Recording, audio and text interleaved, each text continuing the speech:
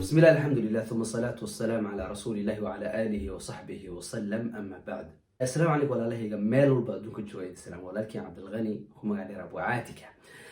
ولا لي رأي سلامي ما أقتهي إني نوصف لله بشي وبركة سنة بله أودن ما أقتهي إني نوصف لله بشي لسود القرآن الكريم كإله جل وعلا كلام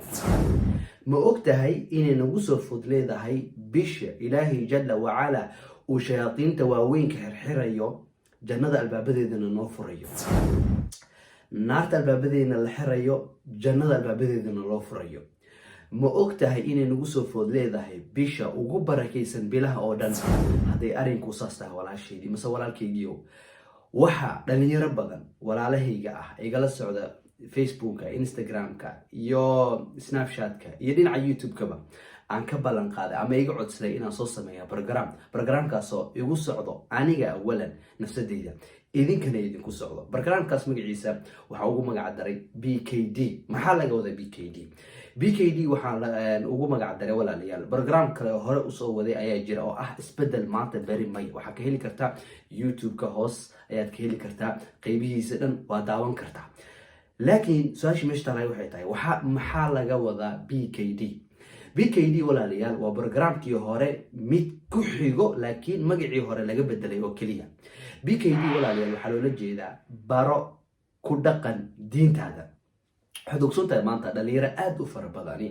inay ka xiisa dhigeen saan aniga isleeyahay ama ay ka mala awaasan yihiin ama ay ka dhacsan yihiin ama ay ka mashquulsan yihiin diinteena islaamka ah sababta keentana waxay tahay diinta qofka marka uu baranayo waxa loo baahan yahay ku dhaqan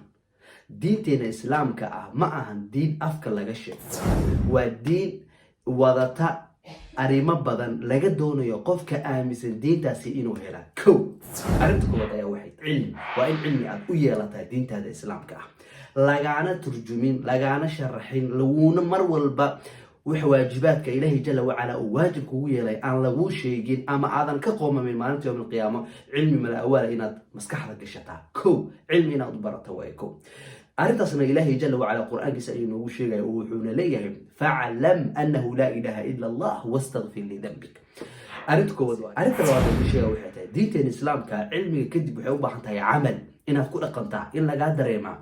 cilmiga in laga dareemaa inaad ku dhaqantaa ina amal ahaan oo la imaada sidaas darteed ayaa waxa la yiraahdaa al-ilm wal-amal wa ina isla socdaan waa arinta saddex ina ka rusheeytaa cilmigaas iyo amalkaas بمعنى waxay tahay yeesan ku qaadi dhalinyaranimo yeesan ku qaadi xiisa adduun yeesan ku qaadi xiisa yani mala awaal yeesan ku qaadi xiisa saaxiibe yeesan ku qaadi xiiso nololeed oo asdheeysa nolosha waxa aad ka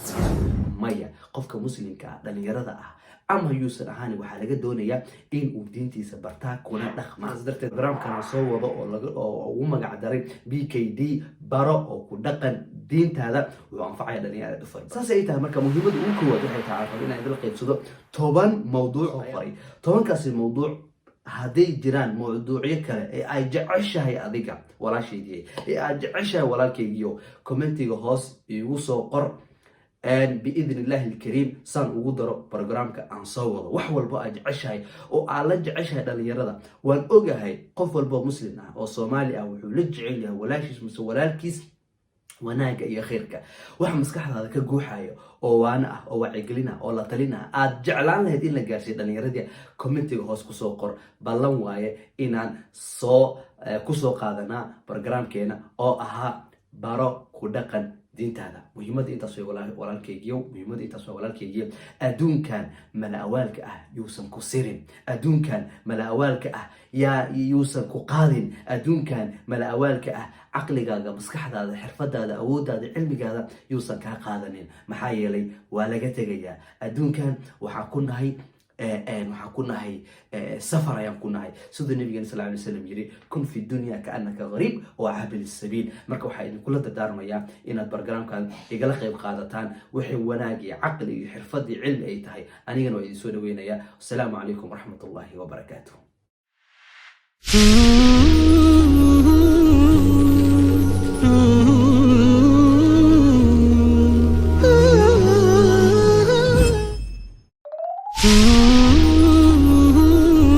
ادع إلى سبيل ربك بالحكمة والموعظة الحسنة وجادلهم بالتي هي أحسن